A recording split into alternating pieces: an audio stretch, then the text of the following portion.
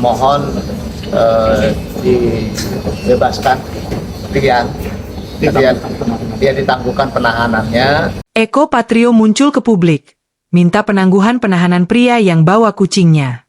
Pelawak sekaligus anggota DPR RI nonaktif Eko Patrio menyambangi Polda Metro Jaya, Jakarta Selatan, pada Jumat, 12 September 2025, malam.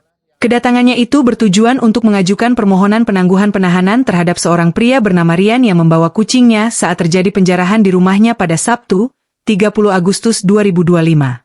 Saya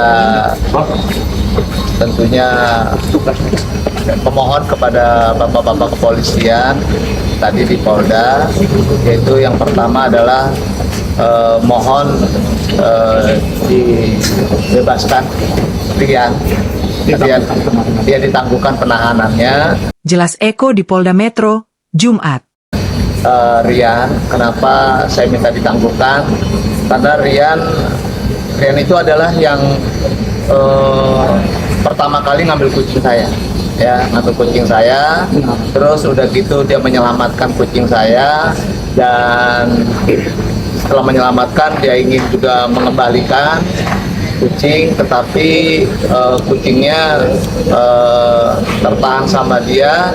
Sebelum dibalikin ke saya sudah diambil oleh kepolisian, oleh bapak-bapak di Polda sini. Sambungnya, Eko mengatakan, sebelumnya ia sudah berkomunikasi ke polisi terkait penangguhan penahanan Rian.